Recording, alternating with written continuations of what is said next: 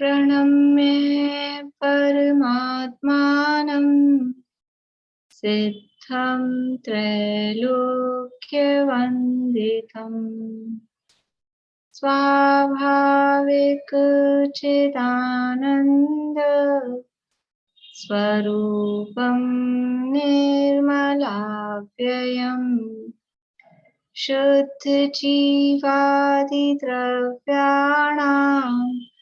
देशिकं च जिनीश्वरम् द्रव्यसंग्रहसूत्राणां वृत्तिं वक्षे समासुतम् जीवमजीवमदत्वं जीर्णवरवसहेण जेन नित्येष्ठं देविन्दविन्दवन्दं वन्दे तं सर्वदा शिरसा। कहे जीव अजीव जिन वर वृषभ ने लोक में वे वंद्य सुरपति वृंद से वंदन करूं कर जोड़।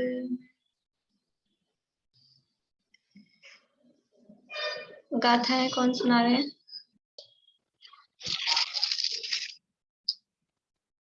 अपनी चर्चा यहाँ पर चल रही है 35वीं गाथा के संदर्भ में। 35वीं गाथा का पाठ करते हैं। वद समिति गुत्तियो धम्मानुपेहा परिसहजोय चारित्तं बहुवेया नायवा भाव संवर विशेषा। व्रत समिति गुप्ती धर्म अनुप्रेक्षा परिचर्य और अनेक प्रकार का चारित्र, इनको भाव संवर के विशेष, भाव संवर के भेद जानना चाहिए। और इसके अंतर्गत अनुप्रेक्षाओं का वर्णन चल रहा है और अनुप्रेक्षाओं के वर्णन में लोकानुप्रेक्षा, लोक भावना के अंतर्गत 3 लोक की रचना का वर्णन यहाँ पर किया जा रहा है। अभी ये वृहद द्रव्य संग्रह आध्यात्मिक ग्रंथ है, आध्यात्मिक टीका है और अध्यात्म के बीच में ये 3 लोक की रचना, 3 लोक की रचना ये कौन से अनुयोग का विषय बनता है? 3 लोक की रचना का ये जो वर्णन है ये कौन से अनुयोग का विषय है?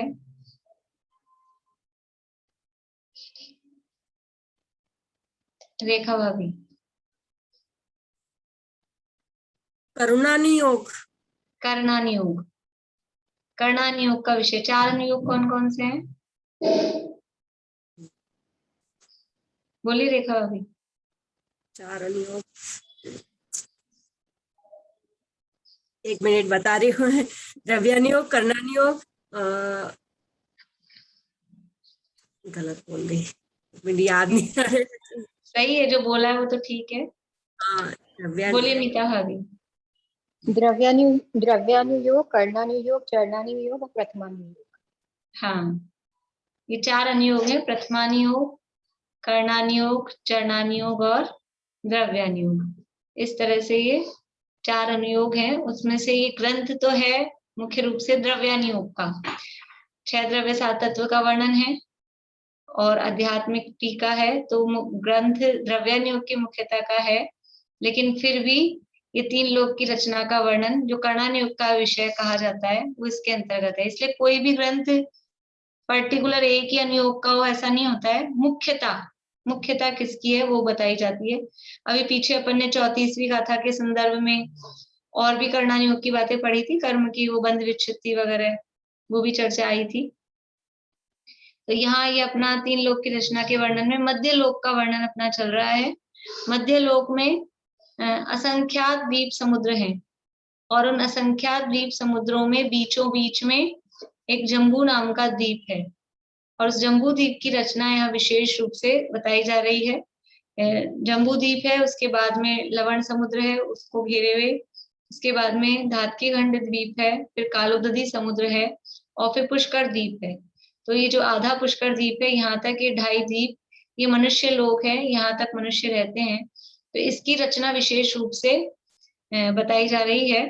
बाकी जो फिर सामान्य रचनाएं हैं या जो विशेष रचनाएं जहाँ पर हैं वो बात आगे करेंगे। तो जम्बू द्वीप की रचना में सर्वप्रथम इस जम्बू द्वीप में 6 महापर्वत हैं जिन्हें 6 कुलाचल कहते हैं। तो ये 6 महापर्वत, क्या नाम है इन 6 महापर्वतों के?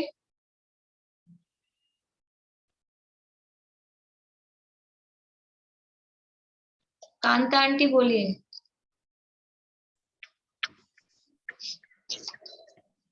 हिमवन, महाहिमवन,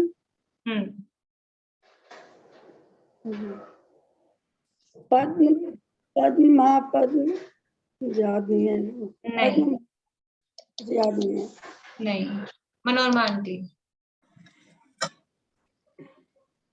हिमवन, महाहिमवन, निषद, नील, रुक्मी, शिखरी।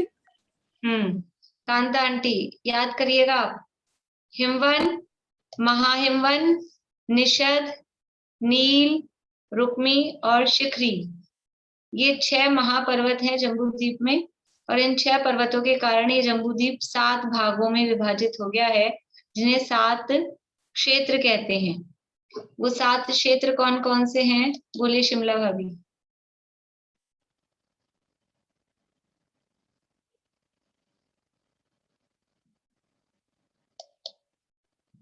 आवाज चालू करिए, म्यूट करिए।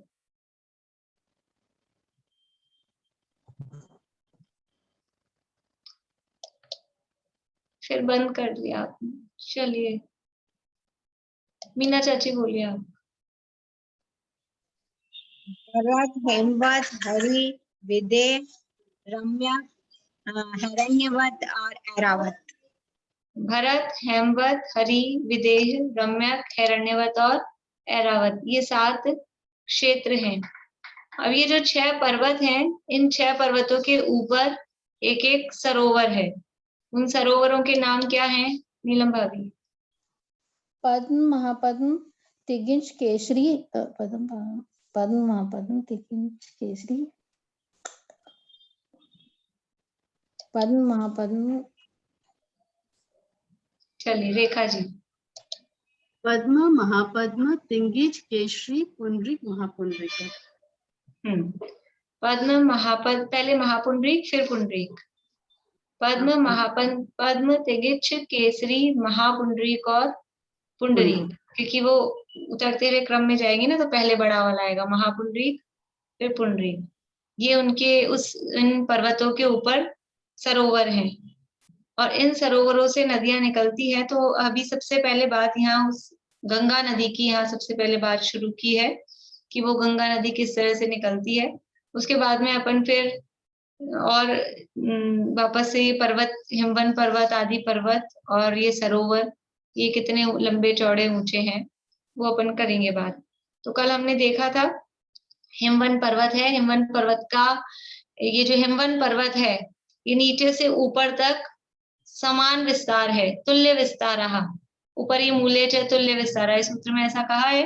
यानी दीवार के जैसे हैं जो 6 पर्वत हैं, ये दीवार के जैसे हैं। ऐसे पर्वत के जैसे यूं तिरछे नहीं हैं, दीवार के जैसे सीधे हैं। तो जितना विस्तार जमीन पर है उतना ही विस्तार उसके टॉप पर, शिखर पर भी है। सामान्य रूप से पर्वत नीचे की तरफ विस्तरित होते हैं, नीचे चौड़े होते हैं, ऊपर जाते जाते सकड़े होते हैं। सामान्य रूप से पर्वत हम ऐसा ही समझते हैं। लेकिन ये हिमवन आदि जो 6 पर्वत हैं, ये जितने चौड़े नीचे हैं उतने ही चौड़े ऊपर हैं। नीचे से ऊपर तक एक समान विस्तार वाले हैं। तो नीचे इसकी चौड़ाई है भरत क्षेत्र से दुगनी। भरत क्षेत्र है 526 योजन का, तो ये इसकी चौड़ाई है 1052 योजन। 1052 योजन नीचे चौड़ा है, तो ऊपर पहुंचकर भी 1052 योजन ही चौड़ा है। और ऊंचाई कितनी है हिमवन पर्वत की? ऊंचाई है 100 योजन। 100 योजन ऊंचा है, 1052 योजन उसका विस्तार है, चौड़ाई है, फैलाव है। और ये जो ऊंचाई है ये हिमवन से महाहिमवन की दुगनी और महाहिमवन से निषद की दुगनी, यानी 200 योजन और 400 योजन की हाइट, इस तरह से दुगनी है। फिर बाद में शिखर, ये नील, शिखरी, रुक्मी और शिखरी, इनकी वापस से उतनी 400, 200 और 100, इस तरह से उनकी ऊंचाई बताई गई है। तो 100 योजन ऊंचा और 1052 योजन चौड़ा, ये जो हिमवन पर्वत है, तो उसकी जो 100 योजन की हाइट पर पहुंचते हैं, वहां 1052 योजन की चौड़ाई में से बीचों बीच 500 योजन की चौड़ाई वाला और 1000 योजन की लंबाई वाला एक पद्म नामक सरोवर है। यानी हिमवन पर्वत पर पहुंचे, हिमवन पर्वत पर पहुंचने पर 276 योजन इधर चलो, एक तरफ इस तरफ से चढ़े भरत क्षेत्र की तरफ से, तो 276 योजन आगे जाएंगे तो पद्म सरोवर हमको प्राप्त हो जाएगा। कोई उधर से चढ़े हेमवत क्षेत्र की तरफ से, तो भी वो 276 योजन इधर आएगा, तो उसको बीच में पद्म सरोवर प्राप्त हो जाएगा। 276 कहाँ से आया था, कल बता दिया था कि 1052 योजन की उसकी पूरी चौड़ाई है पर्वत की, और उसमें बीच में 500 योजन की चौड़ाई वाला सरोवर है। तो 1052 में से 500 माइनस किए तो अपने पास बच गए 576, नहीं 552। 552 में का आधा एक साइड और आधा दूसरी साइड, तो यानी 2 का भाग किया, उसका आधा किया, तो आ जाएगा 276 योजन। तो 276 योजन एक तरफ से चलने पर वो बीच में पद्म सरोवर प्राप्त होता है। उस पद्म सरोवर में अनादिकाल से ही वहां पानी भरा हुआ है, और उसमें उस पानी में से नदी निकलती है। तो उसके पूर्व दिशा की तरफ पूर्वी द्वार दिशा में एक द्वार बना हुआ है, और उस द्वार में से नदी निकलती है, गंगा नाम की नदी। और जब वो निकलती है तो उसकी मोटाई कितनी बताई थी, गंगा नदी की मोटाई पौन योजन, आधा कोस, पौन योजन नहीं सॉरी, आधा कोस की तो वो धारा मोटी है, और उस धारा की चौड़ाई कितनी है, 6.25 योजन कहें या 6 योजन और 1 कोस कहें। तो समझ में आई, वो जो धारा निकल रही ना ऐसे ऐसे धारा बन के, तो ये धारा की ये जो चौड़ाई है वो है 6.25 योजन या 1 योजन, 6 योजन 1 कोस। और इसकी मोटाई, पानी कितना उसका गहरा है, तो गहरी है आधा कोस गहरी। ऐसी वो धारा वहां से निकलती है पूर्व दिशा में, और वो चलती है सीधी, और 500 योजन तक चलने के बाद में वहां से वो मुड़ जाती है, टर्न लेती है। पर्वत पर ही सीधी सीधी 500 योजन चल रही है पानी की धारा, और 500 योजन चलने के बाद में वो टर्न लेती है। कहाँ से टर्न लेती है कि उसके बाद में आता है गंगा कूट। हिमवन पर्वत पर 11 कूट हैं, उन 11 कूटों में से एक कूट है गंगा कूट। तो गंगा कूट तक नहीं पहुंचती, उससे पहले ही टर्न कर लेती है। जैसे किसी को रास्ता बताना होता है ना अपने को, कभी कोई कहीं जा रहा हो तो अपन कहते हैं आगे तो वो आएगा, वहां तक नहीं पहुंचना, उससे पहले ही आपको ये टर्न मिल जाएगा कि वो मिल जाएगा, ऐसा बताते हैं। तो गंगा कूट है, लेकिन गंगा कूट तक उसको नहीं पहुंचना है, गंगा कूट से पहले ही वो टर्न लेती है, नीचे मुड़ जाती है, और फिर थोड़ा वो जो जितनी जगह बची है 276 योजन की, 276 योजन बचा है ना, उतना वो चलकर और फिर हिमवन पर्वत से नीचे की तरफ गिरती है। ये अपना हिमवन पर्वत है, और ये हिमवन पर्वत पे ये पद्म सरोवर है, छोटा बनाते हैं तो ये पद्म सरोवर है। इसमें से गंगा नदी निकली, ये धारा, और ये समझ लीजिए गंगा कूट है, ये और दूसरे कूट है। तो यहाँ पहुंचने से पहले ही इसने टर्न लिया, और टर्न लिया तो ये 276 योजन तो यहाँ था ही इसका, और ये थोड़ा और है अभी, इसको निकाल सकते हैं, ये अपनी 6.25 योजन की है ना, और ये 500 योजन है। तो कैलकुलेशन में अपने को नहीं पढ़ना, पर निकाल सकते हैं थोड़ा सा और प्लस करके, लगभग 300 योजन के करीब ये आएगा, उसके आसपास इतना ये वापस हिमवन पर्वत पर ही चल रही है। यहाँ से तो चली 500 योजन, और यहाँ चली लगभग 300 योजन के करीब, और फिर उसके बाद में गिरेगी नीचे। ये इस तरह से हिमवन पर्वत है, और हिमवन पर्वत पर ये समझ लीजिए ये पद्म सरोवर है, ठीक है। ये हिमवन पर्वत पर ये पद्म सरोवर है, और यहाँ से ये गंगा नदी अब निकलेगी, क्या समझ लीजिए ये गंगा नदी निकल रही है। ये गंगा नदी ऐसे निकली और ऐसे मुड़ी, थोड़ा नीचे कर देते हैं, ऐसे यहाँ से निकली और मुड़ी, और अब क्या होगा, कि ये गिरेगी नीचे ऐसे। दिख रहा है आप लोगों को? ये दिखेगा तो ये नहीं दिखेगा, इसको हटा देती हूँ। ये यहाँ से गंगा नदी निकलेगी, इस तरह से आएगी और फिर यूं नीचे गिर रही है, पर्वत से नीचे गिर रही है। तो पर्वत से नीचे जहां गिरती है वहां एक कुंड बना हुआ है जिसका नाम है गंगाई कुंड। उस कुंड का नाम भी गंगा कुंड है। उस कुंड में एक पर्वत है, पर्वत पर एक महल है और महल के ऊपर त्रिनेत्र भगवान की प्रतिमा वहां विराजित है। उस प्रतिमा का अभिषेक करती हुई नीचे ये गंगा नदी निकलती है। पहले मैंने जब अपने तीसरा अध्याय चलाया था तो वीडियो भी आप लोगों को दिखाई भी थी, देखने के लिए भी कहा था। क्या था उस चैनल का नाम? प्रीतेश कोठारी जी हैं, ब्रह्मचारी। उन्होंने वो वीडियो बनाई है और अपने संजीव जी की भी है। संजीव जी के भी वीडियो में है, उन पे भी सर्च कर सकते हैं। उसमें भी उन्होंने वो गंगा नदी का अभिषेक किस तरह होता है वो बिल्कुल ऐसे प्रैक्टिकल वीडियो उसकी बनाई ही उसकी है। तो इस तरह से गंगा नदी की यहाँ चर्चा है। देखिए थोड़ा सा यहाँ त्रिलोक सार से पढ़ के मैं आपको सुना देती हूँ, रीडिंग कर दूंगी केवल, बाकी अपन ने सब समझ लिया है। गंगा नदी पद्मद्रह की पूर्व दिशा में स्थित वज्र द्वार से निकलकर इसी पर्वत के ऊपर 500 योजन पूर्व दिशा की ओर जाकर इसी हिमवान पर्वत पर स्थित गंगा कूट को न पाकर, मतलब वहां तक नहीं पहुंचकर, अर्ध योजन पहले ही, यानी गंगा कूट से आधा योजन पहले, अर्थात अर्ध योजन गंगा कूट को छोड़कर दक्षिण की ओर मुड़कर दक्षिण दिशा में ही इसी हिमवन पर्वत पर साधिक अर्ध कोश से अधिक 523 योजन, 523 निकल रहे हैं ये। अपन ने निकाला ना, जो कैलकुलेशन की है अपन ने, 276 तो ये, और 500 में से 6 योजन निकालना है। हाँ, तो लगभग इतना आ जाएगा। जो कोई करना चाहे वो कर सकते हैं, जिनको दिमाग लगाना हो। मैं अभी यहाँ नहीं करके बता रही हूँ ये कैलकुलेशन 523 योजन कैसे आया है। हिमवन पर्वत पर जब ये लंबाई में इस तरह से चल रही है, ये जो गंगा नदी है ना, यहाँ तो चली, इधर तो 500 योजन, और ये जो लंबाई में जो चल रही है ये है 523 योजन और कुछ अधिक। तो वो कैलकुलेट अपन कर सकते हैं कि ये केवल बीच का 6.25 योजन कम करना है, बाकी 1052 में से आधा ये इधर आ गया और 6.25 योजन की मोटाई है। उस आधार पर उसको करेंगे तो ये निकल के आ जाएगा। 523 योजन आगे जाती है, इसकी वासना कहते हैं। देखो ये बता भी रहे हैं कैसे कैलकुलेट किया है। भरत क्षेत्र का प्रमाण 26/6/19 योजन है। इसको दुगना करने से 1052 योजन हिमवन पर्वत का विस्तार प्राप्त हुआ। इस पर्वत के ठीक बीच में पद्मद्रह है। गंगा भी पद्म पर्वत के ठीक मध्य से जाती है।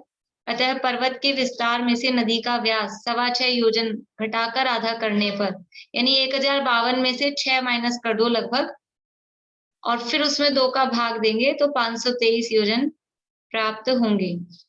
अवशिष्ट 12/19 योजन के कोस बनाने के लिए ये गुणा उना करा है।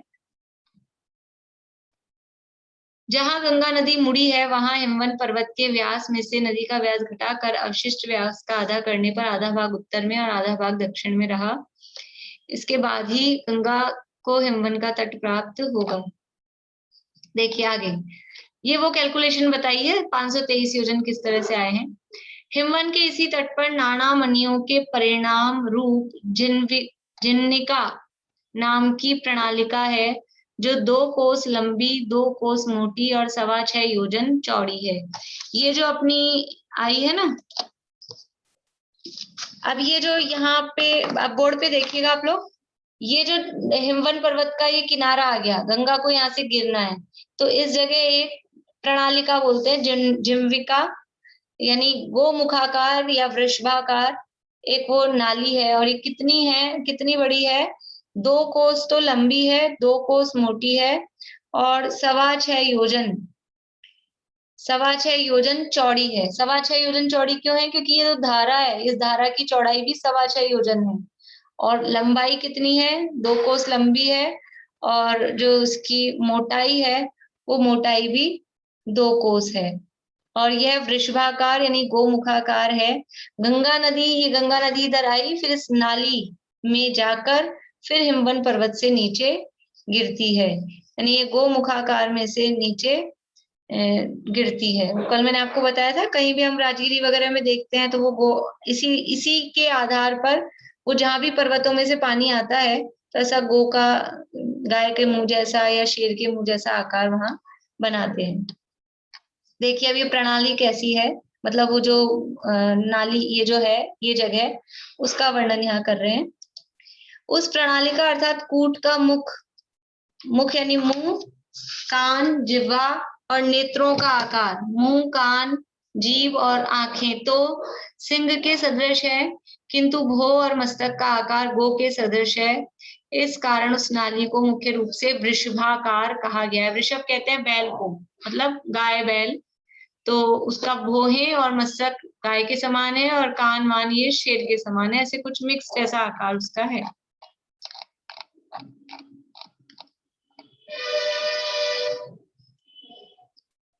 भरत क्षेत्र में 25 योजन हिमवन पर्वत को छोड़कर, अभी 1 मिनट रुकिएगा, ये पढ़ लेती हूं मैं फिर पूछिएगा। भरत क्षेत्र में 25 योजन हिमवन पर्वत को छोड़कर काहला एक प्रकार का बाजा है, उसके आकार को धारण करने वाली तथा 10 योजन है विस्तार जिसका, ऐसी गंगा हिमवन पर्वत के मूल में 10 योजन गहरे और 60 योजन चौड़े गोल कुंड में गिरती है। ये क्या कह रहे हैं, भरत क्षेत्र में हिमवन पर्वत को 25 योजन छोड़कर, अब ये जो भरत क्षेत्र में गिरेगी ये है भरत क्षेत्र, ये हिमवन पर्वत है और इसके नीचे, यहाँ नीचे मतलब इसके दक्षिण में ये भरत क्षेत्र है इस तरह का, ठीक है।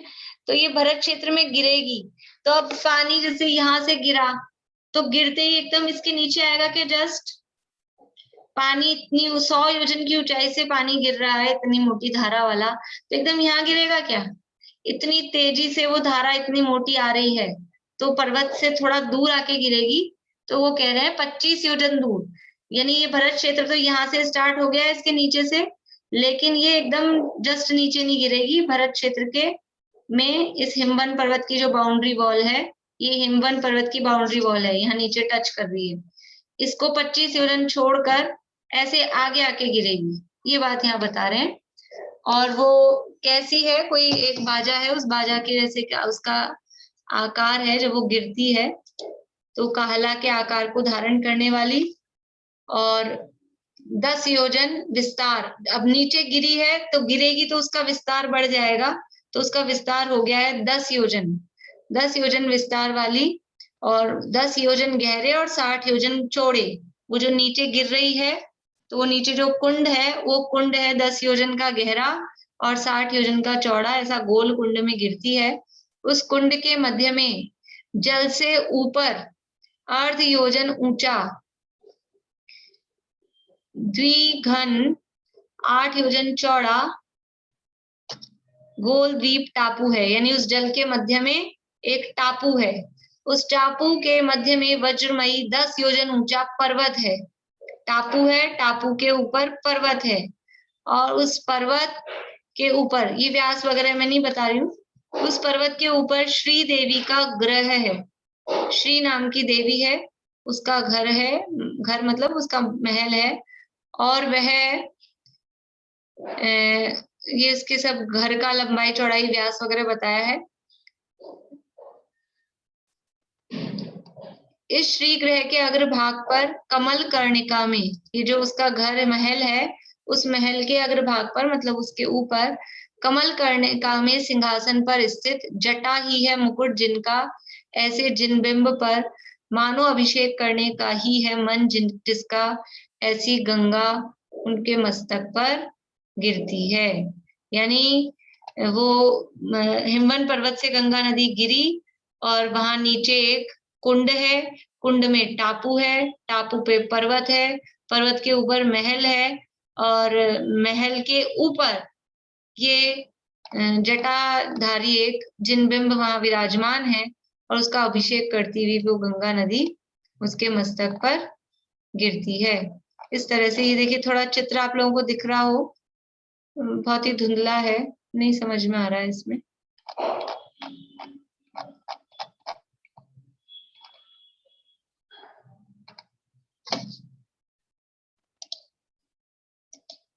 तो इस तरह से ये मैंने, यानी प्रैक्टिकल आप लोग वहां देख लेना वीडियो जिनको देखना हो, पिछली बार मैंने दिखाई भी थी।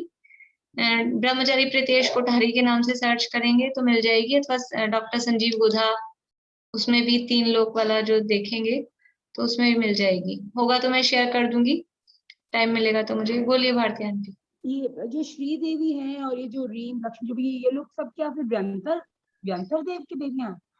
क्योंकि भरत क्षेत्र में ये जो रह रही नहीं, ये सौधर्म इंद्र के अधीनस्थ है, सामानिक जाति के देवों के साथ में रहती है, सौधर्म इंद्र के अधीनस्थ देवी हैं। नहीं, लेकिन ये लोग फिर अधोलोक में, इसमें अपने मध्यलोक में रह रही है, उसमें पूछ रही हूँ मैं। हाँ, मध्यलोक में रहती है, लेकिन व्यंतर है ऐसा तो नहीं मिलता है, पर कुछ वो भी यहाँ रहते हैं ना, सौधर्म इंद्र की आज्ञा में चलती हैं, तो व्यंतर तो नहीं है, या तो भवनवासी हो सकती है या वैमानिक, और इसको देख लेंगे। बोलिए विनीता जी। आवाज आई थी आपकी? हाँ, आ रही है। हाँ, मैं मैडम ये पूछ रही हूँ, अभी आप बता रहे थे कि हिमवन पर्वत के ऊपर पद्म सरोवर, तो वो हिमवन पर्वत जो है उस पर 11 कूट हैं। अब गंगा कूट से जब वो गंगा नदी निकली तो उसी कूट पे थोड़ी गिरेगी, भरत क्षेत्र के एरिया में हुआ गंगा कूट। तो गंगा कूट जो नीचे कुंड है, उस कुंड का नाम गंगा, और ये हिमवन पर्वत पर जो 11 कूट है, उन 11 कूटों में से एक कूट का नाम भी गंगा कूट है। पूर्व दिशा की तरफ जो पहली कूट है उसका नाम गंगा कूट है। पश्चिम दिशा की तरफ जो पहली कूट है हिमवन पर्वत के ऊपर, उसका नाम सिंधु कूट है। ऐसे 11 कूटों के नाम है। देखिए मैं आपको इस चित्र में दिखाती हूँ। नहीं, कूटों के नाम तो मैं देख लूंगी, हमारे यहाँ पर हसनापुर पास पड़ता है, बहुत सुंदर बना हुआ है जम्बूद्वीप। हाँ, वो तो पता है, लेकिन अब कब देखने जाएंगे, मैं अभी दिखा देती हूँ आपको, ये देखिए। वो मैं देखती रहती हूँ। मैं ये कहना चाहती हूँ, कूट से गिर के कूट पे कैसे गिरेगा संगंगा? ऊपर भी कूट का नाम गंगा कूट, नीचे वाले कूट का नाम भी गंगा कूट। तो एक ही नाम हो सकता है ना, उसमें क्या हो गया? ये थोड़ी ना कह रहे ऊपर वाले कूट पे ही फिर से गिर रही है, नाम तो सेम हो सकते हैं। नहीं, यही मैंने अपनी शंका का समाधान किया, ऊपर वाले का नाम भी गंगा कूट है, नीचे वाले का भी। नीचे जो है, जो उस नीचे कूट नहीं, देखिए कूट तो ऊपर है गंगा कूट, और नीचे वो कुंड है। अच्छा, कुंड के अंदर जो है वो कुंड है। अच्छा, हाँ, देखिए कुंड के अंदर टापू है, टापू के अंदर पर्वत है, पर्वत के ऊपर बेदी है, और बेदी के बीच में वो है। हाँ, ये देखिए, ये है पर्वत है, उस जो नीचे है ना वो कुंड है, नीचे कूट नहीं है। ये लिखा है 60 योजन चौड़े गोल कुंड में गिरती है, और फिर कुंड में टापू है, और टापू में ये श्री देवी का ग्रह है, और शायद तिलोय पन्नती वगैरह में उसको गंगा देवी का भी महल ऐसा नाम भी मिलता है। वो नाम सेम भी हो सकते हैं, नामों में डिफरेंस भी हो सकता है, वो कोई खास बड़ी बात नहीं है। लेकिन इतना तो है, ये कूट अलग है, और नीचे जो कुंड है वो तो कुंड है, वो अलग है। और अगर कूट भी होती नीचे तो भी वो अलग होती है, ये तो ये अलग है, वो अलग है नीचे वाली, इसलिए उसमें कोई चक्कर नहीं है। चलिए, ये हो गया। अब इसको थोड़ा सा पढ़ते हैं अपन, फिर आगे बढ़ते हैं बृहद द्रव्य संग्रह से।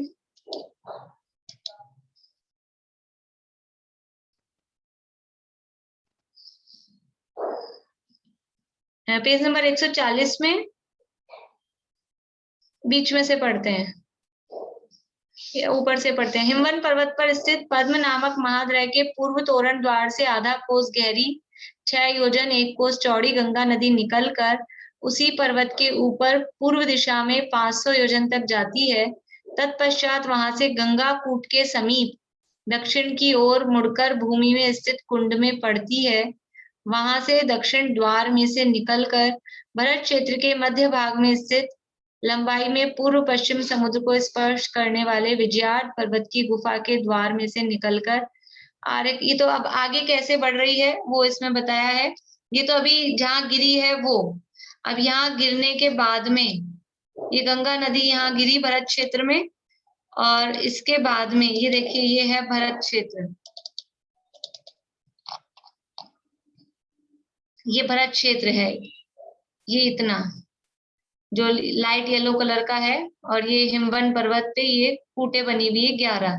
ये गंगा नदी यहाँ पद्म सरोवर से निकली है और गंगा कूट से ये 500 योजन पहले ही मुड़ के ये नीचे गिरी। और ये इस जगह जहाँ है ना, आपको कर्सर दिखाई दे रहा है, कर्सर दिखाई दे रहा है, इस जगह पे लगभग वो जो कुंड है और फिर उसमें टापू है और वो महल पर्वत है, फिर महल है, प्रतिमा है, वो सब लगभग इस जगह है। और फिर यहाँ से वो आगे बढ़ती है और इसमें और वर्णन है तिलोत्सार में पूरा कि फिर कितनी चौड़ी धारा होती है। ऊपर से निकली तब धारा सकड़ी है, फिर नीचे आई तो चौड़ी हो गई, फिर और चौड़ी होती हुई, और ये यहाँ ये म्लेच्छ खंड है भरत क्षेत्र का। इस म्लेच्छ खंड में ऐसे बहती बहती कितनी दूरी तक चल रही है। इसके बाद में आ जाता है विजयार्थ पर्वत। तो पर्वत में से अब वो नदी कैसे निकलेगी, तो यहाँ पर गुफाएं बनी हुई है उस नदी के निकलने के लिए। तो इस विजयार्थ पर्वत की गुफा में से अंदर एंट्री करती हुई, और ये विजयार्थ पर्वत की जो चौड़ाई है ये है 50 योजन। तो 50 योजन तक वो अंदर गुफा में से चलती चलती फिर गुफा से बाहर निकलती है, और फिर बाहर निकलकर और चौड़ी इसकी धारा होती है। और फिर ये देखिए इसमें लिखा है, वहां से दक्षिण द्वार में से निकलकर भरत क्षेत्र के मध्य भाग में स्थित लंबाई में पूर्व पश्चिम समुद्र को स्पर्श करने वाली विजयार्थ पर्वत की गुफा के द्वार में से निकलकर आर्यखंड के आधे भाग में, यह आर्यखंड है और उसमें ऐसे आधे भाग में पूर्व की ओर टर्न ले ली, पूर्व की ओर मुड़कर प्रथम गहराई से 10 गुनी, पहली इसकी जितनी गहराई थी उससे 10 गुनी, यानी पहले थी गहराई मतलब इसकी थिकनेस, जो धारा थी उसकी मोटाई वो आधा कोस की थी, तो अब उसका 10 गुना करेंगे, आधा को 10 से गुना करेंगे तो 5 कोस गहरी, और प्रथम चौड़ाई से 10 गुनी, यानी पहले थी 6.25 योजन चौड़ी और अब हो गई है ये उससे 10 गुनी, 62.5 योजन चौड़ी गंगा नदी पूर्व समुद्र में प्रवेश करती है। यानी जब निकली थी तो इसकी मोटाई और चौड़ाई बहुत कम थी, और फिर आगे आते आते इसकी मोटाई और चौड़ाई इतनी बढ़ गई, और ये फिर यहाँ पे ये कैसे गुफा में यहाँ लवण समुद्र में कैसे जाती है कि ये इस नदी को निकलने के लिए वहां द्वार बने हुए हैं, और उन द्वारों में से नदी का पानी लवण समुद्र में जाके मिलता है, लेकिन उसमें केवल इनकमिंग ही है, मतलब वो जो द्वार बने हुए हैं उन द्वारों में से केवल पानी समुद्र में जाएगा ही, समुद्र का पानी रिटर्न होके उसमें अंदर नहीं आएगा। तो वो वहां पे द्वार बने हुए हैं, और निरंतर कब होता है ये काम, ये गंगा नदी का बहने का और लवण समुद्र में जाके मिलने का ये काम कब होता है, पहले काल में, दूसरे काल में, प्रलय के बाद, प्रलय के पहले, तीर्थंकरों के समय, या फिर दिन दिन में होता है कि रात में होता है, कब होता है कि निरंतर हर काल में 24 घंटे चालू है, गंगा नदी वहां से निकले बहती जा रही है, बहती जा रही है, और प्रवाह उसका चालू है। नदी कहते ही उसे हैं। नदी किसे कहते हैं, नदी का मतलब होता है जो निरंतर प्रवाहित रहे, उसका नाम है नदी, जो बहती रहे, इसलिए बोलते हैं नदी का पानी कभी गंदा नहीं होता। एक कहावत सुनी होगी, बहता पानी और भ्रमता योगी वो शुद्ध होते हैं। तो नदी हमेशा, बहता पानी, नदी का पानी हमेशा बहता रहता है, इसलिए नदियां शुद्ध मानी जाती है। और तालाबों के पानी इकट्ठे हो जाते हैं तो वो यानी उसमें सड़ने का ये भी प्रसंग उसमें होता है। इस तरह से ये गंगा नदी की चर्चा हुई। अब इसी तरह से देखिए, अभी अब बस अपन रीडिंग करते हैं आगे। सिंधु नदी के बारे में यहाँ बताया है, इस गंगा की भांति, पेज नंबर 140 पे नीचे से 5वीं लाइन, इस गंगा की भांति सिंधु नदी भी उसी हिमवत पर्वत पर स्थित पद्मद्रय में से पर्वत के ऊपर ही पश्चिम द्वार से निकलकर, यानी गंगा नदी पूर्व द्वार से निकली थी, और अब ये जो सिंधु नदी है ये कहाँ से निकलेगी, ये इधर लेफ्ट हैंड साइड से पश्चिम द्वार से निकलकर इसी तरह से जैसे गंगा नदी निकल के गिरी है उसी तरह से बिल्कुल उतनी ही लंबाई, चौड़ाई, मोटाई, उतनी ही दूरी, एग्जैक्ट सेम वैसे के वैसे ही वो निकलती है। हिमवत पर्वत पर स्थित पद्मद्रय में से पर्वत के ऊपर ही पश्चिम द्वार में से निकलकर तत्पश्चात दक्षिण दिशा की ओर आकर विजयार्थ पर्वत की गुफा के द्वार में से निकलकर आर्यखंड के आधे भाग में पश्चिम की ओर मुड़कर पश्चिम समुद्र में प्रवेश करती है।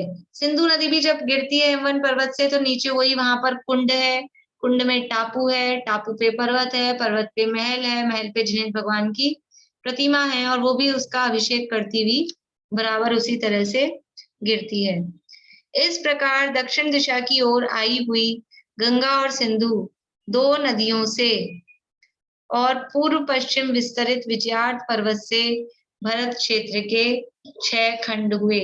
कुछ चीजें तो क्या है इसमें शॉर्ट में निपटा दी हैं, सीधा भरत क्षेत्र के 6 खंड बता दिए किस तरह से हो गए और कुछ चीजें थोड़ा डिटेल में बताई हैं। तो अब कल अपन चर्चा करेंगे कि ये भरत क्षेत्र के 6 खंड और किस तरह से इसमें होते हैं। अभी अपन यहीं पूरा करते हैं। प्रश्न किसी को हो तो पूछ लीजिए। बोलिए भारती। वो जो कुंड में गिरती है ना गंगा, उसमें ये क्यों कहा जटा वाली मूर्ति? तो आपने तो जटा नहीं वाली बनती है ना, क्यों कहा की बात नहीं है, वो तो है अकृत्रिम है, इसलिए जो है वो बताया गया है, तो क्यों का तो सवाल नहीं है। और अभी अपने यहाँ अभी हम मतलब अपने मतलब जयपुर की बताती हूँ और जगह तो मुझे ध्यान नहीं है। एक आमेर जगह है यहाँ जयपुर में, तो वहाँ आमेर में नशियां हैं, बाहरली नशियां बोलते हैं, वहाँ नेमिनाथ भगवान की उसी तरह की जटा वाली है प्रतिमा। और अभी हमारे यहाँ लालकोठी में नई प्रतिमाएं आई हैं, विराजमान हुई हैं, धातु की है। धातु में भी हल्का सा मतलब एकदम अलग से नहीं दिखता है, लेकिन उसमें हल्का सा धातु में ही वो जटा जैसा उसमें बनाया है, तो बनती है, वो भी होती है। ये तो अलग अलग आकार का।